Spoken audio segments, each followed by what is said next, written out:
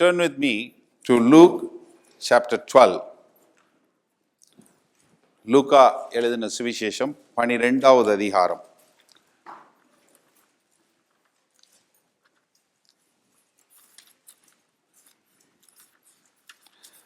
From verses 35 onwards, 35 to 40.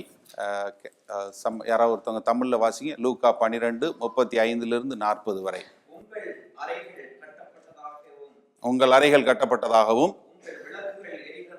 உங்கள் விளக்குகள் எரிகிறதாகவும் தங்கள் எஜமான் கல்யாணத்திலிருந்து வந்து தட்டும்போது உடனே அவருக்கு திறக்கும்படி எப்பொழுது வருவார் என்று காத்திருக்கிற மனுஷனுக்கு ஒப்பாகவும் இருங்கள். எஜமான் வரும்போது விழித்திருக்கிறவர்களாக காணப்படுகிற ஊழியக்காரரை வாக்கிவான்கள். அவர் அவரை கட்டிக்கொண்டு அவரை பந்தியிருக்க செய்து சமீபமாய் வந்து அவருக்கு ஊழியம் செய்வார் என்று மெய்யாகவே உங்களுக்கு சொல்லுகிறேன். அவர் 2ஆம் ஜாமத்திலாவது 3ஆம் ஜாமத்திலாவது வந்து அவர்கள் அப்படியே இருக்க கண்டால் ஊழியக்காரர் வாக்கிவான்கள். திருடன் இந்த நேரத்தில் வருவான் என்று வீட்டெஜமானுக்கு தெரிந்திருந்தார். அவன் விழித்திருந்து தன் வீட்டை கண்ணவிட விட்டான் என்று அறிந்திருக்கிறீர்கள். அந்தபடியே நீங்கள் நினைவாத நேரத்தில் மனுஷகுமாரன் வருவார். ஆகையால் நீங்களும் ஆயத்தமாயிருங்கள் என்றார். I will read it in English. I am going to read it from New International Version, NIV. Be dressed, ready for service, and keep your lamps burning, like men waiting for their minister to return from a wedding banquet, so that when he comes and knocks, they can immediately open the door for him. It will be good for those servants whose master finds them watching when he comes. I tell you the truth, he will dress himself to serve, will have them recline at the table, and will come and wait on them. It will be good for those servants whose master finds them ready, even if he comes in the second or third watch of the night. But understand this, if the owner of the house had known at what hour the thief was coming, he would not have let this house be broken into. You also must be ready, because the Son of Man will come at an hour when you do not expect him. Verse 35 alone, I'm going to read it from New Living Translation. I'm going to base my message from this verse. Luke 12:35. It says, be prepared, all dressed and ready. Say it with me. Prepared, dressed, ready. Be prepared, dressed, ready. These are the three things. In Luke 12:40, it says, you do not know when he is going to come. அதாவது ஆண்டவர் எப்போ வரப்போகிறார், திரும்ப வரப்போகிறார் என்பது யாருக்கும் தெரியாது. யாருக்கும் தெரியாது. ஆண்டவராகிய இயேசு கிறிஸ்துவே தெளிவாக சொன்னார், எனக்கும் தெரியாது, ஏஞ்சல்ஸுக்கும் தெரியாது, யாருக்குமே தெரியாது என்பதை ரொம்ப தெளிவாக சொல்லி கொடுத்துட்டார். நம்ம ஏற்கனவே அதை பார்த்துருக்கோம். நீங்கள் இது இருந்தால் நீங்கள் போய் பின்னாடி எடுத்து வாசி பாருங்கள். மார்க் 11வது அதிகாரம் 31வது வசனத்தில் இருக்குது. லூக்கா இது மத்தேயு 24வது அதிகாரத்தில் 36வது வசனத்தில் இருக்குது. 25வது அதிகாரத்துலையும் இருக்குது. ஆண்டவர் என்ன சொல்கிறாரு, நான் எப்போ வரப்போகிறேங்கிறது எனக்கும் தெரியாது, தேவதூதர்களுக்கும் தெரியாது. Except the father, no one else know that when I am going to come. அதாவது பழைய ஏற்பாட்டிலையும் சரி புதிய ஏற்பாட்டிலையும் ஆண்டவருடைய வருகையை குறித்து, his first coming as well as the second coming, there are many references. But Jesus fulfilled every prophecy of his first coming. So naturally he will fulfill his second coming as well. ஏன்னா அவரே சொல்லும்போது யோவான் 14வது அதிகாரம் 1வது வசனத்தில் சொல்லும்போது, in John 14:1 he says, do not let your hearts be troubled. என்ன? do not let your hearts be troubled. வாசிங்க, தமிழ்ல வாசிங்க ஒருத்தர். உங்கள் இருதயம் கலங்காதிருப்பதாக தேவனிடத்திலே விசுவாசமாய் இருங்கள், என்னிடத்தில் விசுவாசமாய் இருங்கள். என் பிதாவின் வீட்டில் அநேக வாசஸ்தலங்கள் உண்டு, அப்படி இல்லாதிருந்தால் நான் உங்களுக்கு சொல்லி இருப்பேன். நல்ல கவனிங்க, ஒரு ஸ்தலத்தை உங்களுக்காக ஆயத்தம் பண்ண போகிறேன். நான் போய் ஸ்தலத்தை ஆயத்தம் பண்ணின பின்பு நான் இருக்கிற இடத்துல நீங்களும் இருக்கும்படி மறுபடியும் வந்து I am going and I am going to prepare a place and I am going to come back and I am going to take you and you are going to be with me. நல்லா தெரிஞ்சவங்க. Jesus said, do not be troubled. I am going to go, I am going to come back. So Jesus said, I am going to come back. And he said, don't worry, you do not know when I am going to come. But the problem is, we want to know when he is going to come. You look at the book of Revelations. In the book of Revelation, you find first 7 seals comes. And then 7th seal is open and then 7 trumpets starts. And the 7 trumpets, 1, 2, 3, 4, 5, 6, and then the 7th trumpet is blown and then the 7 bowls start. First bowl starts, second bowl starts, third bowl starts. Then the 7th bowl starts, then there is a tribulation. But what God is saying, that as you are his children, as you are secured in him, you look forward to seeing him. ஆண்டவராகிய இயேசு கிறிஸ்து வரும்போது அந்த ராப்சர்ல we will be taken up. You know, there is a theological standpoint. Let me say this. You know, some of them believe that the rapture will take place, the church will not go through the tribulation. You can definitely support that with the scriptures. There are some of the things you can argue that church will go through tribulation and after that rapture. For that also they can take scriptures. ஏன்னா சபை பாடுகளுக்கு மத்தியில போகுமாங்கிறத நீங்க எந்த விதமா வேணாலும் பேசலாம். But என்னைய பொறுத்தளவுக்கு எனக்கு தெரிஞ்ச வெளிப்பாடுல ஞானத்துல நான் சொல்லக்கூடியது, சபை ஆண்டவர் ட்ரிபுலேஷன் வர்றதுக்கு முன்னாடி ராப்சர்ல நம்ம எடுத்துக்கொள்ளப்படுவோம். ஆண்டவர் சொல்லியிருக்கார், நான் கூட்டுட்டு போயிடுவேன் அப்படின்னு சொல்லியிருக்கிறாரு. ஏன்னா 1 தெசலோனிக்கர் 4வது அதிகாரத்தில் சொல்லும்போது சொல்றது, எப்படி வானதூதர்கள் இருக்கும்போது மேகம் வழியா ஆண்டவர் வரப்போது மரித்தவர்கள் முதல்ல உயிர்த்தெழுவாங்க, அதுக்கப்புறம் நம்ம உயிரோடு இருக்க நாமும் அவரோடு எடுத்துக்கொள்ளப்படுவோம் என்று சொல்லப்பட்டு தெளிவாக சொல்லப்பட்டிருக்குது. அப்போஸ்தலர் நடவடிக்கைகள் 1வது அதிகாரம் 7வது வசனம் வாசிங்களேன். அப்போஸ்தலர் நடவடிக்கைகள் 1வது அதிகாரம், Acts chapter 1 verse 7. அதற்கு அவர்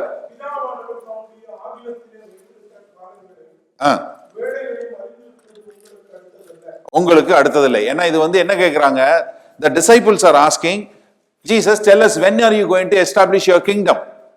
Is it now?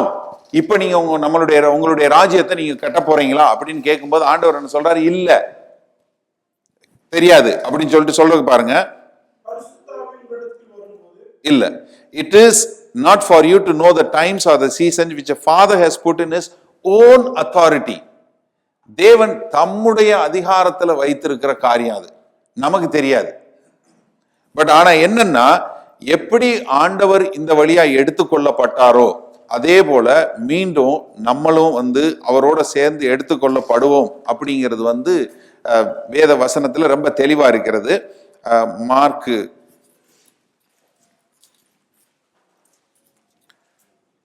14வது அதிகாரம்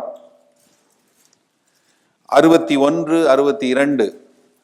Mark 14 verse 61, 62.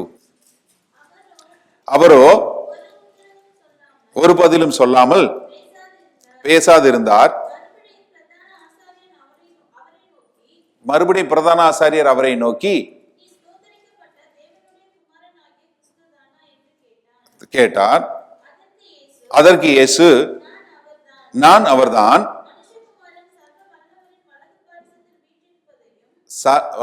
நல்ல கவனிங்க, மனித குமாரன் சர்வ வல்லவருடைய வலது பாரிசத்தில் வீற்றிருக்கிறதையும் வானத்தில் மேலிருந்து வருவதையும் நீங்கள் காண்பீர்கள் என்றார். இது எங்க இருந்துன்னா, தானியேல் புஸ்தகம் 7வது அதிகாரம் 13வது 14வது வசனம், Daniel chapter 7 verse 13 and 14. அதுல ஆண்டவர் கொடுக்கக்கூடிய ரெவலேஷன் பாத்தீங்கன்னா, you will understand that Daniel gets a vision. என்ன, இந்த மாதிரி ஆண்டவராகிய மனித குமாரன் என்று சொல்லக்கூடிய ஒரு பட்டம், ஆண்டவர் கொடுக்கக்கூடிய பட்டம் என்ன, சன் ஆஃப் மேன், மனித குமாரன் என்று ரிப்பீட்டடா சொல்லக்கூடியது. நீங்க மார்க்கு மார்க் காஸ்பல்ல பார்த்தீங்கன்னா, மார்க் சுவிசேஷ நூலில் பார்த்தீங்கன்னா ரொம்ப தெளிவாக எழுதப்பட்டிருக்கும். அவர் தன்னை பற்றி சொல்லும்போது மனுஷகுமாரன் சொல்லுகிற காரியங்களை நீங்கள் பார்க்க முடியும். அவர் தன்னை பற்றி சொல்லும்போது மனுஷகுமாரன் தான் ரெஃபர் பண்றாரு. He always says, I am the son of man. இது என்னன்னா, நீங்க ஜெரமையா, எசேக்கியேல் புஸ்தகங்கள் வாசிச்சீங்கன்னா, இதுல ஆண்டவர் கொடுக்கக்கூடிய இந்த அவர் ரெஃபர் பண்ணக்கூடிய ஒரு terminology it is always the son of man. இது மனிதகுமாரன். இப்ப மனிதகுமாரன் என்ன, மறுபடியும் மேகம் வழியாக வரும்போது, when there is a trumpet blows that he is going to come, and he is going to come with angels and archangels, and we are going to taken up along with him if we are alive, and if we are dead we will be raised to a new life. That is what the hope is, that Jesus said, I will come, I will take you, and you are going to be with me. But when it is going to happen, we do not know. When he is going to come, we don't know. ஏன்னா நிறைய பேர் கேள்வி கேட்பாங்க, எப்போ ஆண்டவர் வரப்போறார்? Pastor, வெள்ளை குதிரை ஓடுது, மஞ்சள் குதிரை ஓடுது, ஏதாவது குதிரையை பார்த்து உங்க கையில் இருக்க காசை வாங்கிட்டு போயிடுவான், அதனால ஜாக்கிரதையா இருங்க. That's what I always tell. Don't worry about which horse is running. Are you running with God? Are you with God? That is what more important. Here he says, Luke 12:35, be prepared. அப்ப நம்ம எப்படி ப்ரிப்பேர்டா இருக்க முடியும்? How you can be prepared? Be right with God always. Be right with God always. It's not about how you do or what you do, what you have done. It is about, are you right with God? Whatever you do, are you doing right before God? We are all answerable to God. நம்ம செய்யக்கூடிய ஒவ்வொரு காரியமும் ஆண்டவருக்கு முன்பாக செய்கிறோம். அப்ப ஆண்டவருக்கோடு நம்ம சரியா இருக்கிறோமா? ஏன்னா he is going to come. Jesus said, I am coming. So he is going to come. Are you prepared? இப்ப இந்த சர்வீஸ் முடியறதுக்குள்ள ஆண்டவர் வந்தா சந்தோஷமா இருக்குன்னு சொல்றவங்க எத்தனை பேரு? அல்லேலூயா. மார்னிங் சர்வீஸ்னால நிறைய முழிச்சிருக்கிறீங்க என்ன? யோசிச்சு பாருங்க. How many of us will have that hope, or how many of you will be dreading, ஐயோ வந்துருவாரா அப்படின்னு பயத்துல இருக்கிறீங்களா, இல்ல ஐயோ வந்துருவாரா அல்லேலூயா அப்படின்னு இருக்கீங்களா? Because we got to be prepared. God is going to come. He said he will come, and he will come. But என்னன்னா, there are signs, there are things which God has told, these will take place. If you look at Daniel chapter 9 verse 23 onwards, the great prophecy about 70 weeks, it talks about the 69 weeks, and then there is a gap, and then the 70th week starts. The last 7 years, which has been very detailedly revealed in the book of Revelation, adlayum the last 3.5 years has been very detailedly penned down. The final 3.5 years is still not started, as far as I know. I'm not going to make a prediction whether Jesus is going to come this year, or 2015, or 2016, or 2030, or even for that matter 3000. I do not know. But he said he will come. ஏன்னா அந்த verse 40ல சொல்லும்போது, Luke 12:40, what he says, you do not know when he is going to come. So let us put one thing very sure, that Jesus is going to come. We do not know when, but we are prepared. Are you prepared? Are you prepared? நம்ம இந்த நாட்டில் களவு போகிறது நல்லா தெரியும் உங்களுக்கு எல்லாருக்கும். திருடன் எடுத்துட்டு போயிடுறது. எங்கள் வீட்டில் திருடன் எடுத்துட்டு போனான். எல்லாரும் நல்லா தூங்கிட்டு இருக்கும்போதே எடுத்துட்டு போயிட்டான். கீழே பூரா எடுத்துட்டு போயிட்டான். இப்போ அலாம் போட்டு வைக்கிறோம். புண்ணியம் என்ன நமக்கு சேஃப்டிக்கா, நம்ம தூங்கும்போது சந்தோஷமா தூங்கணுங்கிறக்கா அலாம் போடுறோம். பட் யோசிச்சு பாருங்களேன், திருடன் சொல்லிட்டு வந்தால் நம்ம எப்படி இருப்போம்? இன்றைக்கு இரவு உங்கள் வீட்டில் 1 மணியிலிருந்து 1:17 இந்த டெலிவரிக்கு வர்றவன் போடுறான்ல card, your delivery is expected between 12:43 to 1:17 அப்படின்னு போடுற மாதிரி அவன் ஒரு டைம் போட்டு உங்களுக்கு டெக்ஸ்ட் மெசேஜ் அனுப்பிச்சு, இன்னைக்கு ராத்திரி உங்க வீட்டில் 12:43 1:17 நாங்கள் களவு எடுக்க வர்றோம் அப்படின்னு சொல்லி போட்டானா நீங்க எப்படி இருப்பீங்க? Exactly. Are you prepared? Are you prepared to meet with God? Are you prepared? It may happen anytime.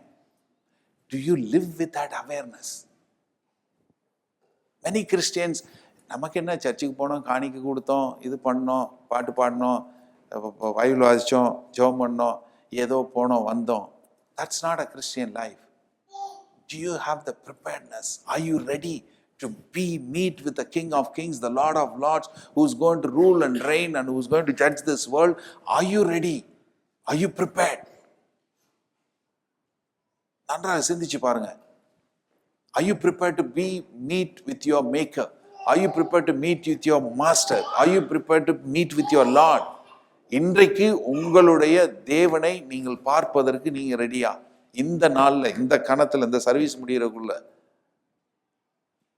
are you?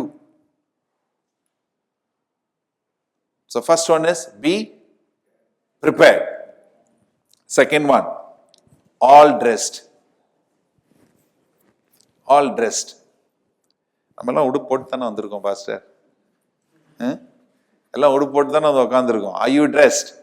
Yes, of course. But what kind of a dressing we are talking?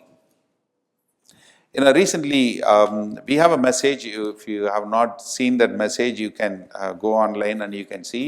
We preached from Matthew 20. மத்தேயு 20வது அதிகாரத்திலிருந்து 22வது அதிகாரத்திலிருந்து இந்த wedding ஃபீஸ்ட்டை பற்றி we preached the sermon.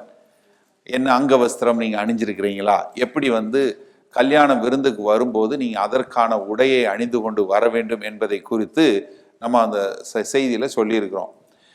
என்னன்னா பிரச்சனைனா, we have got lot of people, those who are Christians as well as non-Christians, they rely upon their self-righteousness.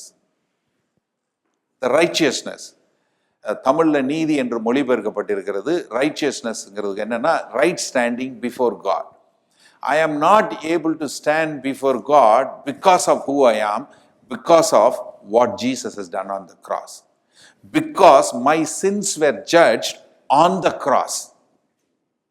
So, I am able to stand before God because of what Jesus has done. ஆண்டவராகிய இயேசு கிறிஸ்துவினுடைய சிலுவை மரணத்தின் மூலமாய் அந்த இரத்தத்தினால கழுவப்பட்டதனால நான் ஆண்டவருக்கு முன்பாக ஒரு நீதிமானாய் நிற்க தகுதியுள்ளவனாக இருக்கிறேன். I stand before God as a righteous person because of Jesus. அதை நம்ம என்னைக்குமே மறந்துடக்கூடாது. நீங்க you go and talk to a non-Christian, என்ன சொல்லுவாங்க? நான் யாருக்கு என்ன தப்பு பண்ணேன்? ஸ்டாண்டர்ட் டயலாக் தான் சொல்லுவாங்க. எனக்கு தெரிஞ்சு நான் யாருக்கும் எந்த தப்பும் பண்ணலை, எந்த கெடுதலும் பண்ணலை, நான் யாருக்கும் எந்த ஒரு இதுவும் பண்ணலை, நான் நல்லவன் தான். Everybody proclaims. Proverbs says everyone proclaims their goodness. எல்லாரும் அதான் சொல்லுவாங்க. கிறிஸ்டியன்லேயும் வந்ததும் கொஞ்சம் பேருக்கு என்ன ஆயிரும்? They will become holier than Jesus Christ. They become, நாங்கள் இந்த ட்ரெஸ் போடுவோம், அந்த ட்ரெஸ் போடுவோம், நாங்கள் அப்படி இருப்போம், நாங்கள் இப்படி பண்ணுவோம், இப்படி பண்ணுவோம், நாங்கள் இத்தனை முறை பைபிள் வாசிக்கிறேன், நான் இவ்வளோ முறை ஜெபம் பண்ணுறேன், நான் இவ்வளோ இது பண்ணுறேன் அப்படின்னு சொல்லி they rely upon their work and then they think they can get to God. No, it is nothing. Ephesians 2 very clearly talks about it is a gift. It's a gift. Your salvation, it is a gift. All you need to exercise your faith. ஏன்னா அந்த சுயநீதியின் வரும்போது the self-righteousness, it is a filthy rags. Isaiah 64 verse 6 it says, வாசிங்க யாராவது தமிழ்ல, ஏசாயா 64 6வது வசனம். Isaiah 64 verse 6. நாங்கள் அனைவரும் என்னவா இருக்கிறோம்? எங்களுடைய நீதிகள் எல்லாம் அழுக்கான கந்தை போல இருக்கிறது. நாங்கள் அனைவரும் நல்ல கவனிங்க, நம்மளோட ரைச்சியஸ்னஸ் என்னன்னா, நம்மளுடைய சுயநீதி என்னன்னா, it's a filthy rags.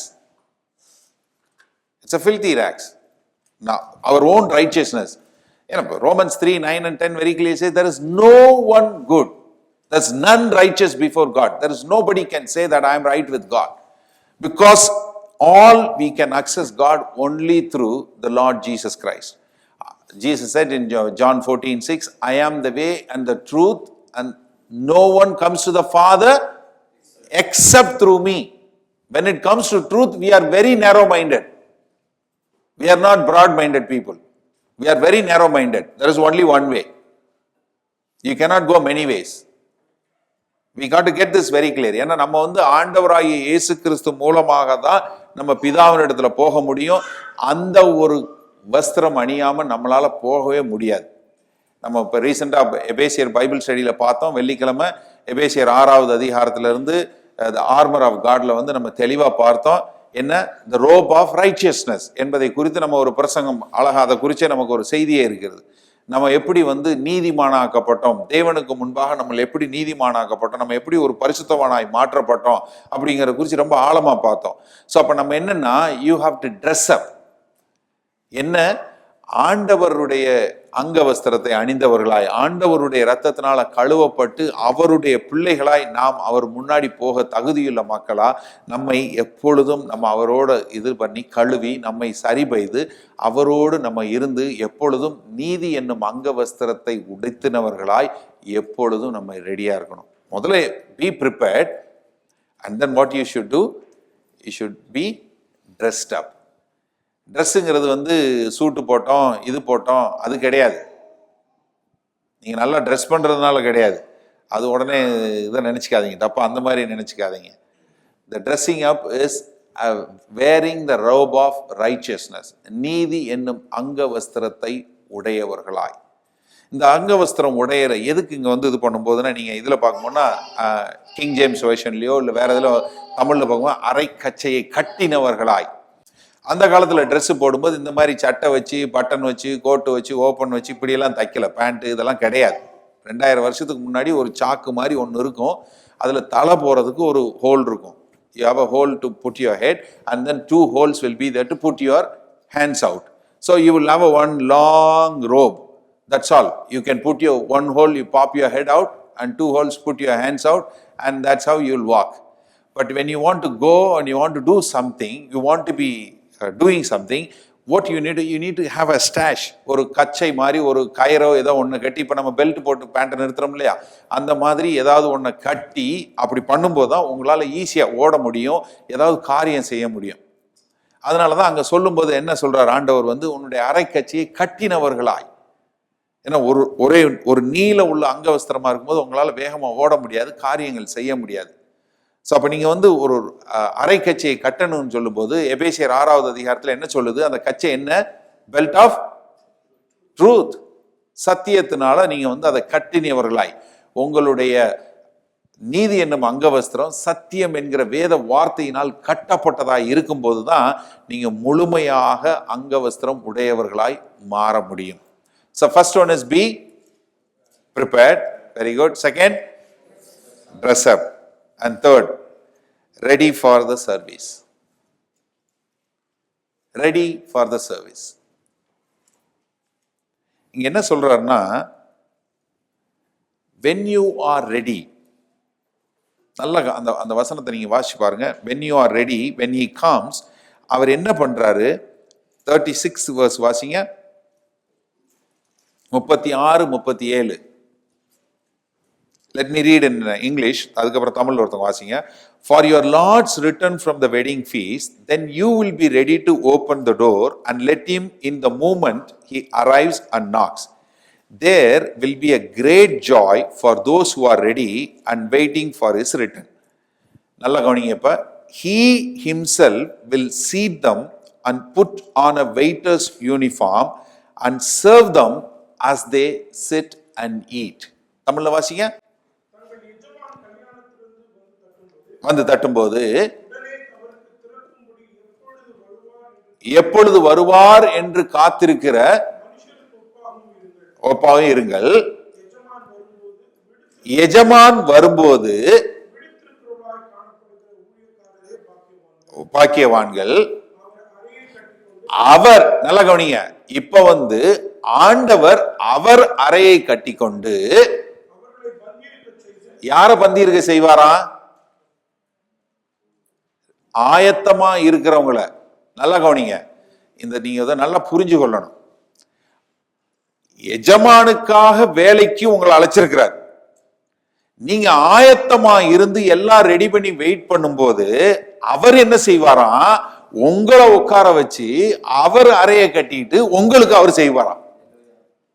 Hello, 2 பேருக்கு புரிஞ்சிருச்சு. உங்க 2 பேருக்கு பிரசங்கம் பண்றேன் brother. When you are ready for his arrival, when he comes and knocks, as soon as he knocks, you are eagerly waiting and you open the door and you invite him and you make him, you welcome him and he sees you are ready, you are being prepared and you are ready, you are dressed up and you are waiting for him. Then immediately what he does, he says, okay, come my son, sit here and I will serve you. He takes his thing and then he puts his stash and then he starts serving you. ஆண்டவர் சொல்றார், நான் உனக்கு serve பண்ணுவேங்கிறார். வருத்தப்பட்டு பாரம் சுமக்கிறவர்களே நீங்கள் எல்லோரும் என்னிடத்தில் வாருங்கள், நான் உங்களுக்கு இன்னும் கொஞ்சம் பாரத்தை கொடுப்பேன். ஆனா சபையில வரும்போது பூரா ஏன் இப்படியே உட்கார்ந்துருக்கீங்க? அப்படியே உலகம் பூரா உங்க தோல்ல இருக்கிற மாதிரியும் அதை உங்களை பாரு இறக்கி வைக்க முடியாது. ஐயோ, பழகி போச்சா? எப்பவும் உலகம் பூரா என் தோல்லே இருக்கு, என்ன நான் விட்டேன்னா அப்படியே மொத்தமும் விழுந்துற மாதிரியே இப்படியே எல்லாம் இந்த 6 o'clock ஃபேஸ் மாதிரியே ஏன் உட்கார்ந்துருக்கீங்க சபையில? வருத்தப்பட்டு பாரசமர்கள் நீங்கள் எல்லோரும் வாருங்கள், நான் உங்களுக்கு இளைப்பாறுதல், என் நுகம் லெகுவா இருக்கும், சுவை ரொம்ப லெகுவா இருக்கும். நீங்க நல்லா புரிஞ்சு கொள்ளுங்க. ஏன்னா நீங்க ஆண்டவருக்காக ஆயத்தமா இருந்து நீங்க எல்லாம் போட்டு ரெடியா இருக்கும்போது, ரெடி ஃபார் சர்வீஸ் இருக்கும்போது, you get service. You are there waiting, you are doing everything to serve him. But what happens? He serves you. He serves you. It's a very great thing in God's sight. நன்றாக புரிந்து கொள்ளுங்க. நீங்க ஆண்டவருக்கு service பண்ண, நீங்க ஆண்டவருக்கு காரியம் செய்யணும், நீங்க ரெடியா இருக்கும்போது அவர் பாட்டுக்கு அவர் வேலையை செஞ்சுட்டு உங்களுக்கும் சேர்த்து சர்வ் பண்ணிட்டு போயிடுவார். We serve an author, what a mighty God, you know that. அப்படிப்பட்ட ஒரு நல்ல தேவனை தான் நம்ம ஆராதிக்கிறோம். அப்படிப்பட்ட ஒரு நல்ல தேவனுக்கு தான் நம்ம சேவை செய்ய வந்திருக்கோம். ஏன்னா நம்ம பலத்துல ஊழியம் செஞ்சோம்னா வீணா போயிடுவோம். நம்ம பலத்துல செஞ்சா எதுவுமே விளங்காது. நல்லா தெரிஞ்சுக்கோங்க. நீங்க ஆண்டவர் கொடுக்கிற பலத்துல, ஆண்டவர் கொடுக்கிற வார்த்தையில, ஆண்டவர் கொடுக்கிற வழி நடத்தல நீங்க செய்யும் போது லகுவா இருக்கும். நீங்களா செஞ்சீங்கன்னா எப்பவும் இப்படியே தான் இழுத்து இழுத்து இழுத்து மூச்சு வாங்கி வாங்கி இங்க போகணும், அங்க போகணும், அதை செய்யணும், இதை செய்யணும். கடைசியில என்ன ஆகும்? ஒன்னும் இருக்காது. Ready for service. I really admire Justin. He went all the way to Bihar. யோசிச்சு பாருங்க, லாங்குவேஜ் தெரியாது. He does not know Hindi or a Bhojpuri. சாப்பாடு அவனே சொல்லிட்டான், வயிறுக்கு மாத்திரை எடுத்துட்டு போயிருங்கன்னு. And he has to pay for his money and he has to go. And he went. In the end, what you may think, what is there to achieve? It doesn't matter. என்ன பண்ண முடியுமோ அதை நீங்க செய்யுங்க. Whatever you can do, what God has put into your heart, God has put into your hand, that you serve. Because many of you are thinking, I will serve when I grow up that way, or I will serve when I become like this, or I will serve when everybody comes and puts the chairs and everything and then give the mic, I will go and preach. No. Wherever you are, whatever God has put you, if God has put you in a company, God has sent you as a missionary there.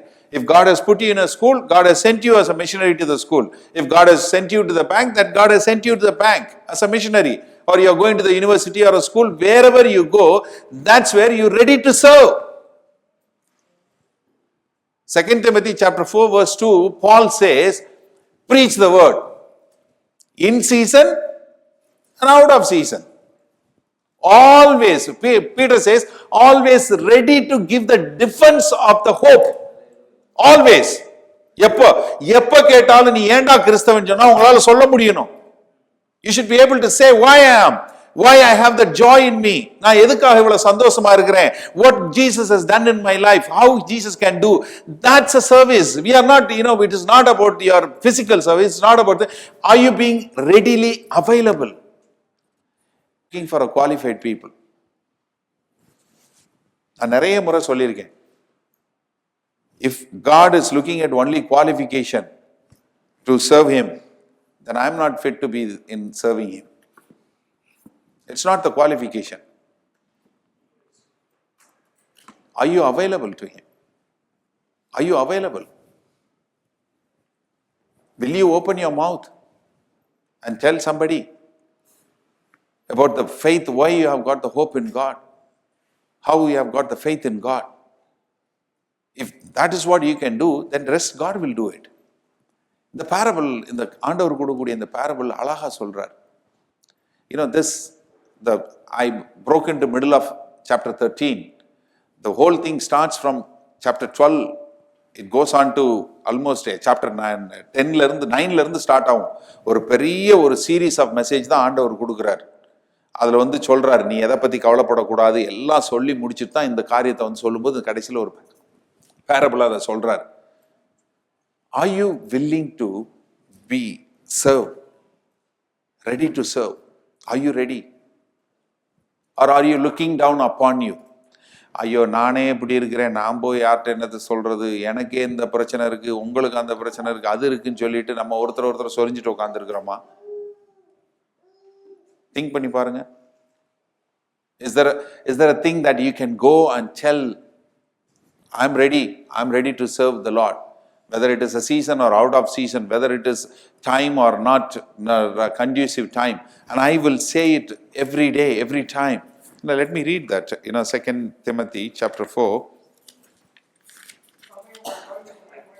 To preach the word of God urgently at all times. Whenever you get the chance, in season and out, when it is convenient and when it is not. Christianity become very convenient Christianity these days. நமக்கு எந்த வேலையும் இல்லைன்னா சர்ச்சுக்கு வருவோம். Hello, எந்த வேலையும் இல்லைன்னா தான் சர்ச்சுக்கு வருவோம். வேற ஏதாவது வேலை வந்துச்சுன்னா சர்ச்சு 2வது ப்ரையாரிட்டிக்கு போயிடும். நிறைய பேருக்கு அதுதான் பிரச்சனை, சர்ச்சுக்கு வர்றதுக்கே. இதுல ஆண்டவருக்கு எங்க இடம்ன்றது அது வேற விஷயம்.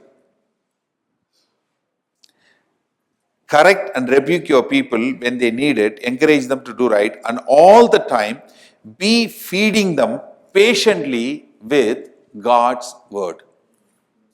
எப்பொழுதும் தேவனுடைய வார்த்தையை நீங்க கன்வீனியன்ட்டா இருந்தாலும் சரி, இன்கன்வீனியன்ட்டா இருந்தாலும் சரி, சீசனா இருந்தாலும் சரி, அவுட் ஆஃப் சீசனா இருந்தாலும் சரி, ready to preach the word.